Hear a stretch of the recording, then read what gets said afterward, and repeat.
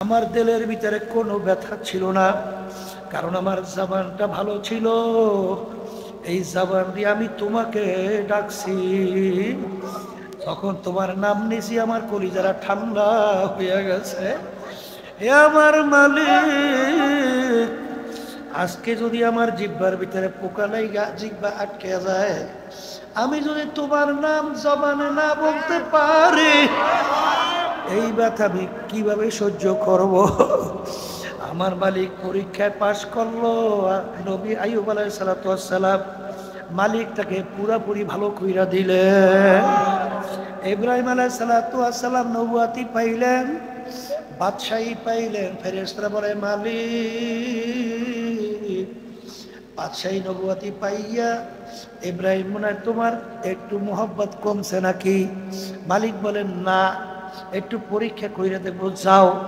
ফেরেশতার সে ভিক্ষুকের সুরাত, মুসাফিরের সুরাত এসে বাড়ির দরজায় ডাক দেয়, আল্লাহু কারীম। বলার সঙ্গে সঙ্গে ইব্রাহিম আলাইহিস সালাতু ওয়াস সালাম খানা খাইতেছিল, খানা পাশে রাইখে পাগলের মতো উঠা দৌড় মারলো। দৌড় দিয়া দরজার সামনে দেখে এক রাস্তার ফকির মুসাফির। ভাই, আমার মাশুক, আমার মাহবুব, আমার মাওলার নাম কে নিছিল? আমি। ভাই, একটু তুমি আবার একটু শোনাও। বলে, হে আল্লাহর নবী, আবার যদি শোনায় বিনিময় আপনি কি দিবেন? বাজার, এটা কিন্তু বুঝবার জিনিস, এটা কিন্তু কোনোদিন বুঝাবার জিনিস না। আশিকারা মিল্লাত মাযহাব জুদাস, আশিকারা মিল্লাত মাযহাব জুদাস, আশিকারা মিল্লাত মাযহাব খোদা। আশিকদের মাযহাব সম্পূর্ণ ভিন্ন, আশিকদের মাযহাব সম্পূর্ণ ভিন্ন। আজান ভালো করে বোঝা লাগবে, তারপর দুনিয়া থেকে বিদায় নিয়ে কবরে যাওয়া লাগবে। যখন বলে আমার মাসুম মাহবুব, আমার মালিকের নাম আমার একটু শোনাও, তখন বলে, শুনাইলে কি দিবে? আমার হাজার হাজার বকরি দুম্বা সব তোমাকে দান করলাম, নাও, সব দিয়ে দিলাম, শোনাও। যখন তিনি আবার বলে আল্লাহু কারীম, যত বলে তার কাছে মজা আরো বাড়ে। কারণ বাজার, এটা কিন্তু প্রেমিকদের ব্যাপার, এটা কিন্তু সাধারণ লোক বোঝার কোনো কথা না। যে যাকে মুহাব্বত করে, তার নাম যত বেশি তার কাছে আলোচনা করে, তার কিন্তু শুনতে আরো ভালো লাগে। আপনার যেই সন্তানকে বেশি মুহাব্বত করেন, ওই সন্তানের প্রশংসা যদি অন্য মানুষ কেউ আপনার কাছে করে, বলো বলো, আবার একটু বলো, আবার একটু বলো, কারণ তার শুনতে ভালো লাগে। আমার মালিক বলেন, আল্লাযীনা আমানু আশাদ্দু হুব্বান লিল্লাহ। যারা মুমিন, তারা সব জিনিসের চেয়ে আমার মালিক বলেন আমাকে বেশি ভালোবাসে। যত শোনায় তত আর তার কাছে আরো ভালো লাগে। এক পর্যায়ে সব দেওয়ার পরে, এখন কি দিবেন? আমার বাচ্চাই আছে, তাও দিয়া দিলাম, এখন আবার একটু শোনাও। কলের পরে আমাকে কি দিবেন? কিছু নাই, আমি তোমার সঙ্গে ওয়াদা করছি, যতদিন থাকবো তোমার গোলামি করতে থাকবো। বাজান, বাজান, মুহাব্বতে বাদশাকে গোলাম বানা। মুহাব্বতে বাদশাকে কি বানা? গোলাম বানাইয়া দেয়। এই যে আমার বাজানদেরকে বলবো, বেলাল হাবশী রাদিয়াল্লাহু তাআলা আনহু, ইতিহাস পড়লে দেখবা, বাজান তার মালিক ছিল, আল্লাহু আকবার, কাফের, বড় বদমাইশ এক মহিলা। তাকে এমন ভাবে কষ্ট দিল, আজানে এমনকি জ্বলন্ত আংটার ভিতরে চিত্তুর করে শোয়াইয়া আজান পাথর দিয়া চাপা দিয়া রাখছে। কিন্তু তার জবান থেকে একটা নাম বের হয়, আহাদ, আহাদ। আমার আল্লাহ এক, আমার আল্লাহ এক, আমার আল্লাহ এক। আজান রে, তবু মালিকের নাম ছাড়ে নাই। আর আমরা মুসলমানের ঘরে জন্মগ্রহণ কইরা বাজান আমার মালিক তো বিভিন্ন টাকা দিয়ে পরীক্ষা করবে, বিভিন্ন ক্ষমতা দিয়ে পরীক্ষা করবে, বিভিন্ন সম্মান দিয়ে পরীক্ষা করবে, বিভিন্ন পদ দিয়ে পরীক্ষা করবে। পরীক্ষা দিয়ে আমার মালিক দেখবেন পরীক্ষায় টেকতে পারছে কি পারছে না। কারণ ওয়ালা নাবলুওয়ান্নাকুম, অবশ্যই অবশ্যই আমার মালিক পরীক্ষা করবে। এই জন্য বাজান আমার মালিকের কাছে দোয়া করতে হয়, রব্বানা লা তুযিগ কুলুবানা বা'দা ইয হাদাইতানা ওয়া হাব লানা মিন লাদুনকা রাহমা ইন্নাকা আনতাল ওয়াহ্হাব। হে আমার মালিক, তুমি আমাকে হেদায়েত নসিব করার পরে, হে আমার মালিক, তুমি আমাকে গোমরা করিও না, দয়া মায়া করে তুমি আমাকে সর্বদিক থেকে হেফাজতে রাখো। এই জন্য আল্লাহর ওলিরা বলতেন, আমার মালিক, শয়তানের ধোঁকার থেকে বাঁচার জন্য তোমার খাস মেহেরবানি ছাড়া সম্ভব না। বাজানের জন্য আমার বাজানদেরকে বলবো, তাহলে মা বোনদেরকে বলবো, মুজাহিদ ভাইদের বাজানদেরকে বলবো, তাহলে মা বোনদেরকে বলবো, আমার আব্বাজান বলতেন দাদাজানের কথা উদ্ধৃতি দিয়া, সে ঠিক মতো 5 ঔষধ যদি পালন করতে পারো, আল্লাহর রহমতের উপর ভরসা করে বলতে পারি, ওই যে শয়তান এবং নফসের বিরুদ্ধে সার্বক্ষণিক জিহাদ, আমার দাদাজান বলতেন, আমি চ্যালেঞ্জ করে বলছি, আল্লাহর ফজল করবে শয়তান এবং নফস আম্মারা তোমাদেরকে ধোকায় ফালাইতে আল্লাহর ফজলে পারবে না। আচ্ছা, যারা এনাকে ঠিক মতো ঔষধ পালন করছে, দেখা যায় দিনের দিন তাদের ঈমান মজবুত হইতেছে,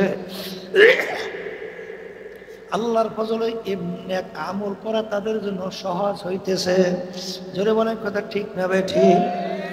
এই পথের প্রতীক ছাড়া এটা কাকো বুঝানো সম্ভব না রে বাজান। কারণ যাদের ভিতরে আল্লাহর ফজল করমে, আল্লাহু আকবার আল্লাহু আকবার, এই ঔষধ মাওলার জিকিরের নূর যাদের কলবের ভিতরে, যাদের সিনার ভিতরে একবার ঢুকছে বাজান, তাদের কাছে দুনিয়ার কোনো মূল্যই বলতে থাকে না। আসলে বাজার মামলা কিন্তু 2 প্রকার, একটা হলো আখিরাতের মামলা, একটা দুনিয়ার মামলা। এ দুনিয়াদার পাগল আমার বাবারা, সারা দুনিয়ার পাগল হইছো।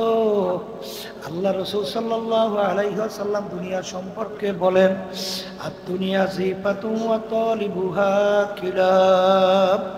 দুনিয়া চলে একটা মরগের মতো, এর পিছনে যারা পড়বে আখিরাতের স্থায়ী জিন্দেগি ধ্বংস করবে।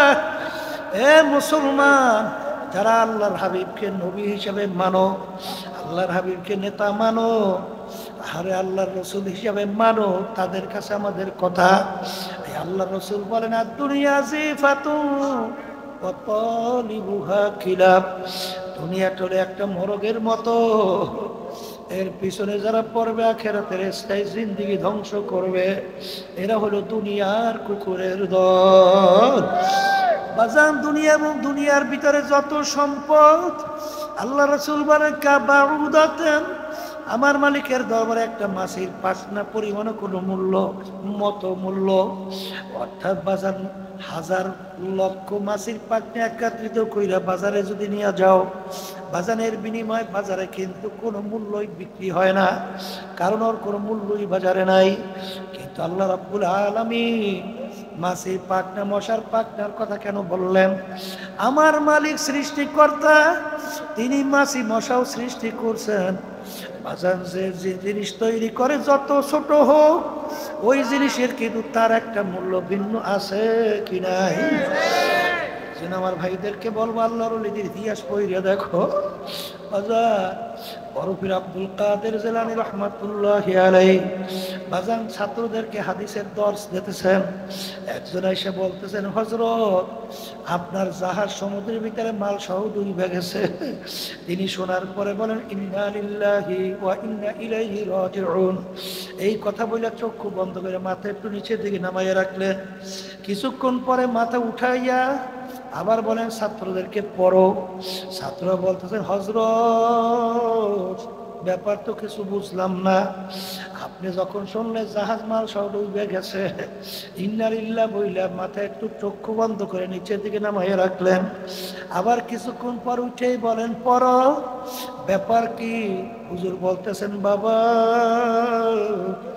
যখন আমি শুনছি মাল জাহাজ ডুবে গেছে সমুদ্রের মধ্যে, সুন্নাত হিসাবে আমি বলছি ইন্নালিল্লাহ, কিন্তু এরপরে আমি চক্ষু বন্ধ করে আমার দিলের দিকে তাকাইয়া আছি, যেই সমুদ্রে মাল যে ডুবে গেল, এতে আমার দিলের ভিতরে কোনো প্রেশানি তৈরি হয়েছে কিনা।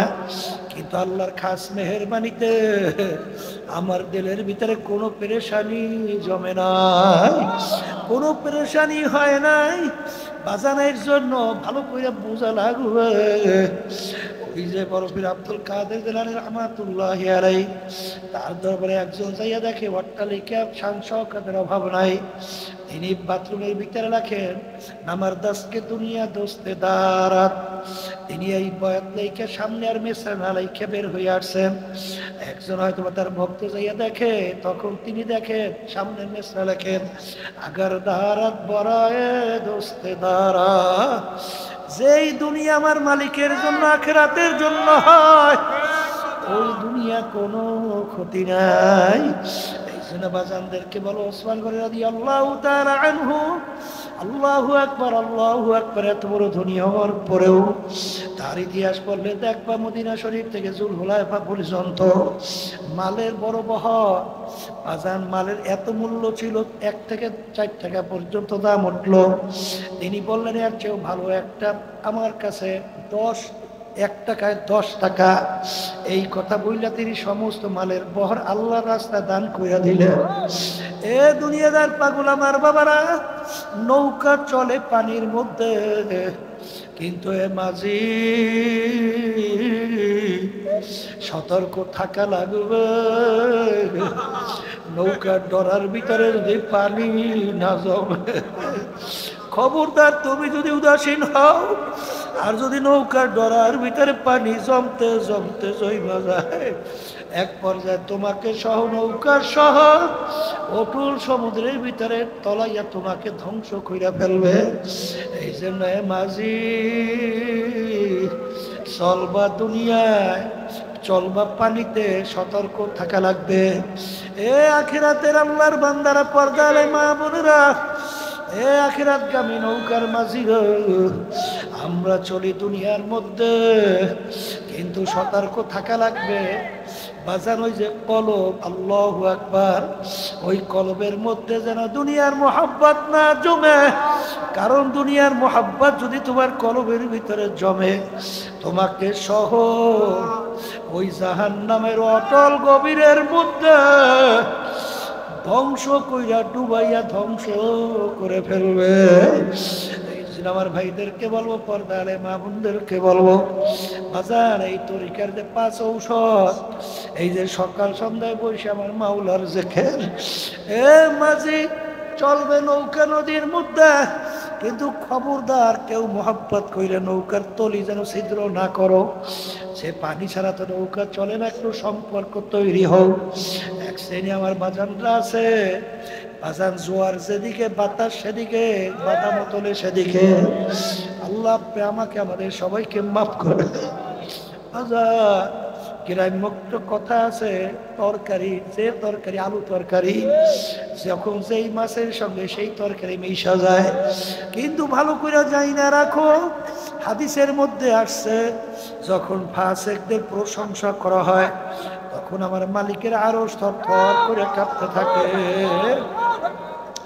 এই জন্য আমার বাসানদেরকে বলো, পর্দালে মা বোনদেরকে বলবো, আল্লাহ রাব্বুল আলামিন বলেন, মোমেন বান্দাবান্দি কখনোই আল্লাহর দুশমন, ইসলামের দুশমন, আমার নবীর দুশমনের সঙ্গে কখনোই বন্ধুত্ব করতে পারে না।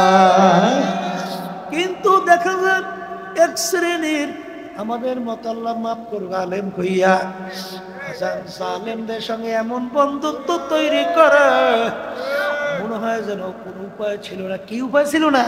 হ্যাঁ, কি উপায় ছিল না? এই সব হলো দুনিয়ার মোহ। যেন বলেন কিসের মোহ? আমার বাজানদেরকে বলবো, সাহাবায়ে কেরামদের ইতিহাস পড়ো, আমিনু কামা আমানান নাস, আমার মালিক বলেন সাহাবায়ে কেরাম যেভাবে ঈমান আনছিল সেইভাবে আনো। বাজান সাহাবায়ে কেরাম ইতিহাস পড়লে দেখবা বাজান তাদের জান জীবন যাইতে রাজি, কিন্তু অন্যায় প্রতিবাদে ছেলের সঙ্গে আপোষ করে না।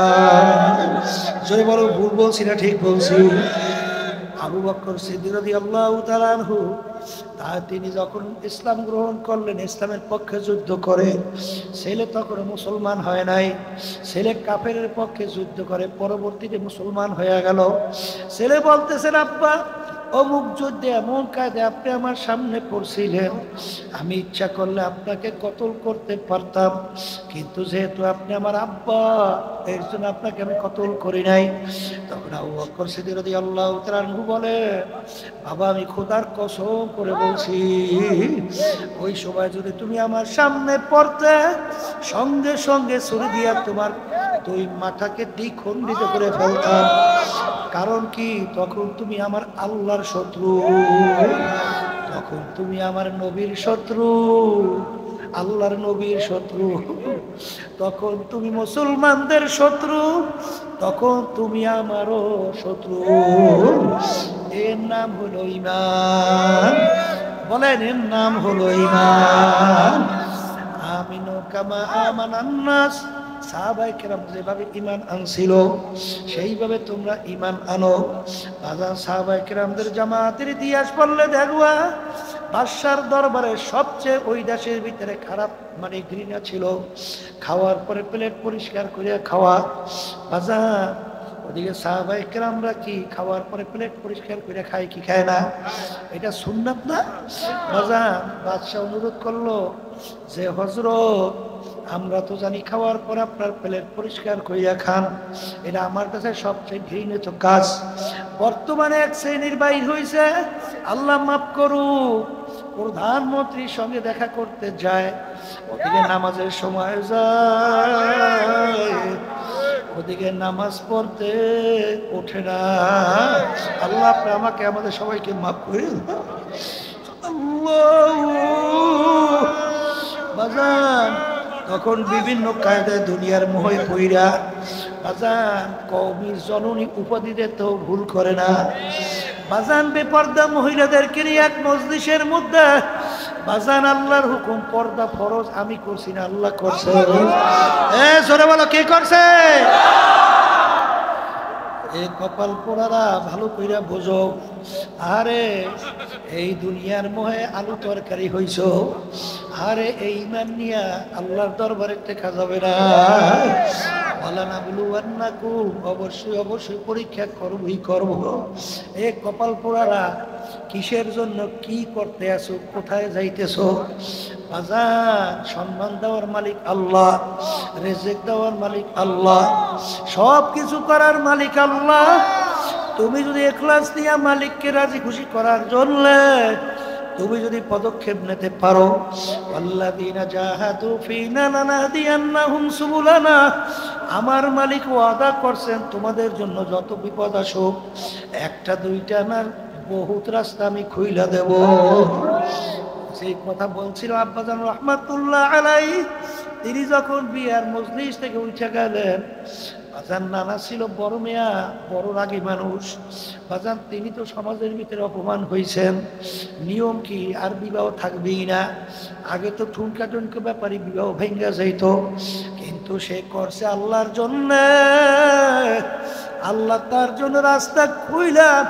এখন নানা এসে আব্বাজানকে অনুরোধ করে, দুলা মিয়া ওরা বোঝে নাই, আপনি মাফ কইরা দেন। বললেন সম্মান চাও তো আমার মালিকের কাছে চাও। এ চরমুনার মুজাহিদ, চরমুনার মুজাহিদদের বলতে গেলে কষ্টের কোনো শেষ নাই। এখানে বাজান নিজের পকেটের পয়সা খরচ করা লাগে, আরে কত কষ্ট, আরে কত কেস কামারি, অনেক সময় মারে, কত গালি দেয়, কিন্তু বাজান এত কষ্ট করার পরেও আল্লাহু আকবার, আরে এই খাতায় নাম লেখাইয়া এমন কোনো কাজ কইর না যেই কাজের মাধ্যমে আল্লাহর কুতুবেরা জানো দিলে কষ্ট না পায়। আরে ওই শুনছিলাম আল্লাহু আকবার আল্লাহু আকবার। আমার আব্বাজান বলতেন, বাজার যখন কোনো জায়গায় যাই, যদি লোকেরা বলে হুজুর এই আল্লাহর বান্দা এমন এক আল্লাহর বান্দা, মানুষকে যাইয়া পাও ধরে, ভাই নামাজ পড়ো, রোজা রাখো, আমার মালিকের হুকুম অনুযায়ী চলো, বাজান হারাম থেকে বাঁচো, মিথ্যা থেকে বাঁচো। আর এরকম পাও ধইরা ধইরা জাকিরিন বানাবার চেষ্টা করে। আরে ওর ঠিক মতো মনে হয় ঘুমও হয় না, কিভাবে একটা আল্লাহর বান্দাকে কিভাবে নামাজি বানাবে। এই ক্ষেত্রে যে আমার আব্বাজান বলতেন, চরমুনার মুজাহিদ পাল্লা ঘুঘু দিয়া বন্যা ঘুঘু ধরা লাগবে। আল্লাহর ফজল করমে বাজার অনেক মুজাহিদ। এই সেদিনকার ওই সফরের আগে, কত সফরের আগের সফরে আমি গেছিলাম সিলেট, এক যুবক আমার সামনে এসে বলে, হুজুর চরমুনার মুজাহিদরা আমাকে চরমুনায় যাওয়ার জন্য দাওয়াত দিছে, হুজুর আমি যাই নাই, গত ফাল্গুনে আল্লাহ আমাকে নিছিল, হুজুর নেওয়ার পরে এই প্রথম আমি নামাজ পড়া শুরু করছি। আরে আল্লাহর বান্দার আমাদের আমলের ত্রুটির কোনো শেষ নাই, কিন্তু এক আল্লাহর বান্দাকে দাওয়াতের মাধ্যমে আল্লাহর বান্দীদেরকে যদি নামাজি বানাইতে পারো, দিনদার বানাইতে পারো, তার মাধ্যমে আরেকজন, তার মাধ্যমে আরেকজন, এরকম কিয়ামত পর্যন্ত সিলসিলা ওয়ারি দাওয়াত যদি জারি থাকে, আর যত মানুষ নামাজি হবে, দিনদার হবে, যত তারা নেক কাজ করবে, আল্লাহর ফজল করমে একটা অংশ তোমার আমল নামা কিয়ামত পর্যন্ত জমা হইতে থাকবে। বাজার আমাদের আমলের ভিতরে ত্রুটির কোনো শেষ নাই। অনেক আল্লাহর বান্দাদের এই কথা অনুযায়ী আল্লাহর ফজল করমে পাগলের মতো চেষ্টা করে, আর এক শ্রেণীর তেমন শীত গরম নাই, আমাদের কাছে বলে হুজুর আগের সে কাজের গতি কমছে। কারণ কি বলে, হুজুর অমুকের সাথে বাজাবাজি, অমুকের সুবিধা সুবিধা। তুমি কি কোনো ব্যক্তির জন্য কাজ করেন, আল্লাহর জন্য? কে কি বললো দরকার নাই, কে কি করলো তাও দরকার নাই। আমি ইখলাস নিয়ে হিম্মত বুলন্দ কইরা আমি আল্লাহকে রাজি খুশির উদ্দেশ্যে আল্লাহর বান্দা বান্দীদেরকে দাওয়াত দিয়া তারপর দিনের পথে আনার চেষ্টা করতেই থাকবো।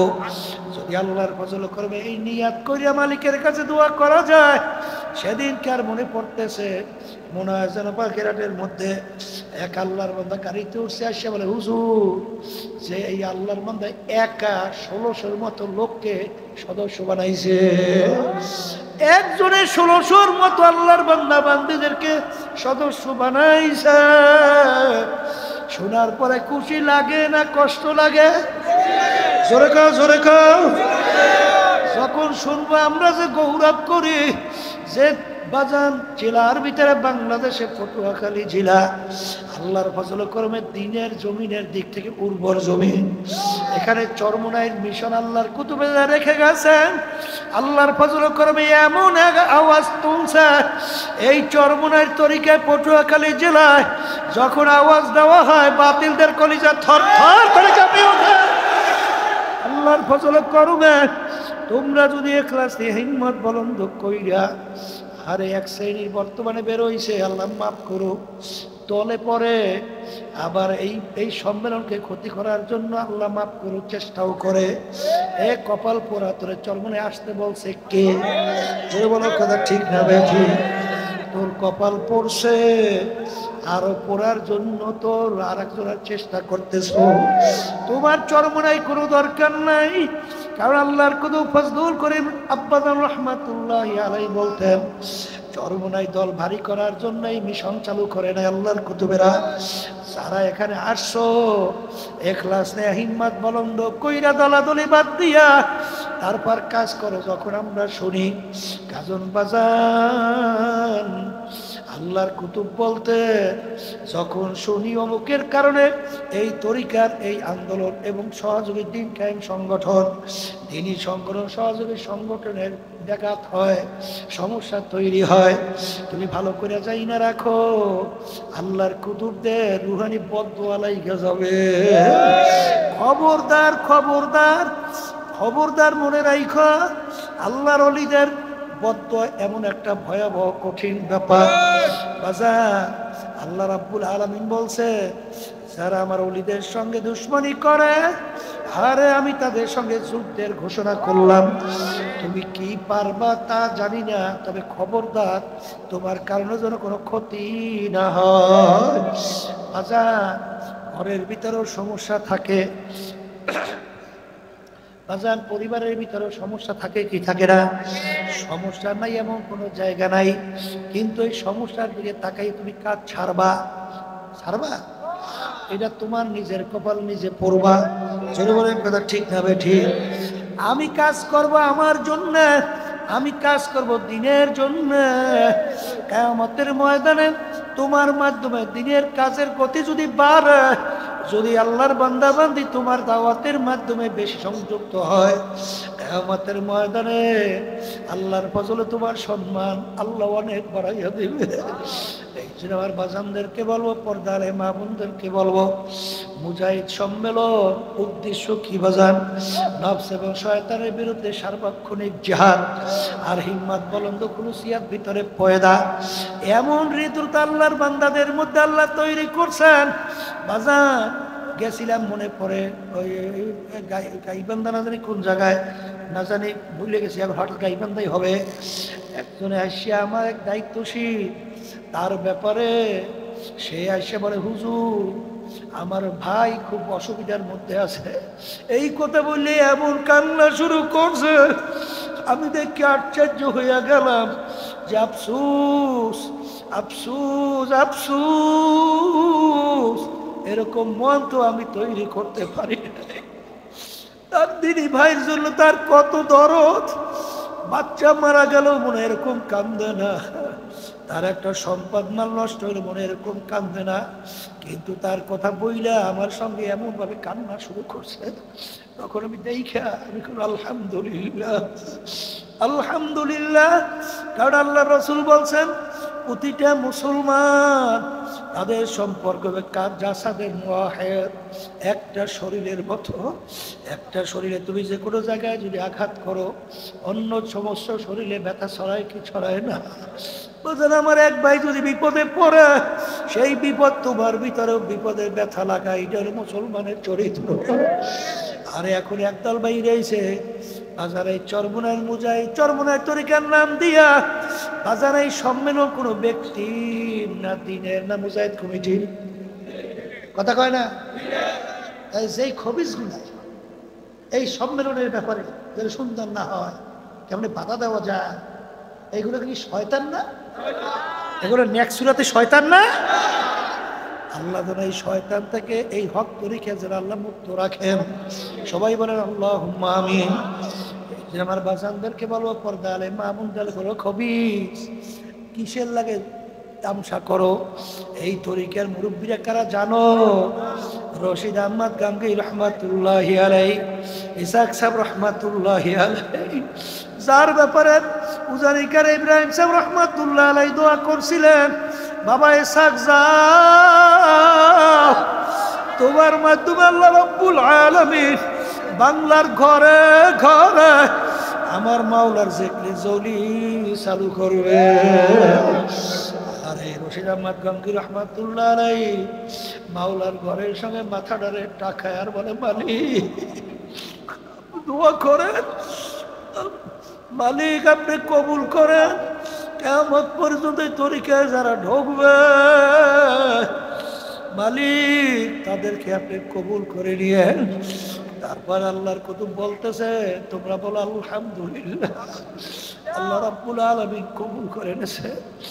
এই জন্য আমার বাজানদেরকে বলো, খবরদার বাজান, তোমাদেরকে চরমোনাইতে কেউ জোর করিয়া ঢুকায় না।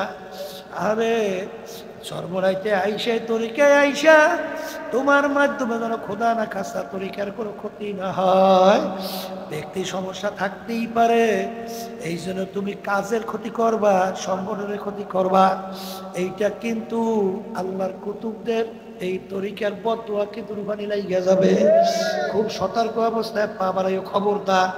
যদি ভালো না লাগো চইলা যাও, কোনো সমস্যা নাই, কিন্তু ঝামেলা করবা না। জীবনের কথা ঠিক না ভাই ঠিক। আর এক সাইডে আমার মুজাহিদ বাবারা আছে, এক শ্রেণী আমার আন্দোলনের বাবারা আছে, এক শ্রেণী আমার সহযোগী সংগঠনের বাবারা আছে, দলে পড়িয়া যায়। জোরে বলেন কথা ঠিক না ঠিক? দলে থাকবো ততক্ষণ যতক্ষণ তরিকা এবং সংগঠনের কাজের গতি যার মাধ্যমে পারবে। আর দল যখন নাকি তার মাধ্যমে ক্ষতি, দল তো ভালো কথা, ভাই হইলেও সহযোগিতা করা যাবে না, বাপ হইলেও করা যাবে না, মা হইলেও করা যাবে না। জোরে বলেন কথা ঠিক না ভাই ঠিক? আমার ভাইদেরকে বলবো, পর্দারে মা বোনদেরকে বলবো, আজান আম্মা মান সাকুলাত মাওয়াজিনুহু ফাহুয়া ফি ঈশাতির রাদিয়া ওয়া আম্মা মান খাফাত মাওয়াজিনুহু ফাউম্মুহু হাওিয়া ওয়া মা আদরাকা মা হিয়া নারুন হামিয়া। বাজান নেকের পাল্লা ভারী করো, বাজান গুনাহ কমাও, আল্লাহর কাছে মদদ চাও, আর তরিকার 5 রোজা ঠিক মতো পালন করো। বাজান আল্লাহর ফজল ও করমে আমার মালিক এমন দয়ার মালিক, যদি চাওয়ার মতো চাইতে পারো, ডাকার মতো ডাকতে পারো, আমার মালিক কাউকে মাহরুম ফেরত দিবেন না। এই জন্য আমি বলবো, এই সম্মেলনকে আল্লাহ যেন দিনের জন্য কবুল করে নেয়, হেদায়েতের জরিয়া বানাইয়া দেয়। আমি আপনাদের কাছে দোয়া চাই, আমিও দোয়া করি, মালিক যেন আমাদেরকে তার খাস বান্দা হিসেবে কবুল করে নেয়, নেকের পাল্লা ভারী করে যেন কিয়ামতের ময়দানে উঠতে পারি। আল্লাহ ইমানকে মজবুত করিয়া, কলম নরম কইরা, চোখে পানি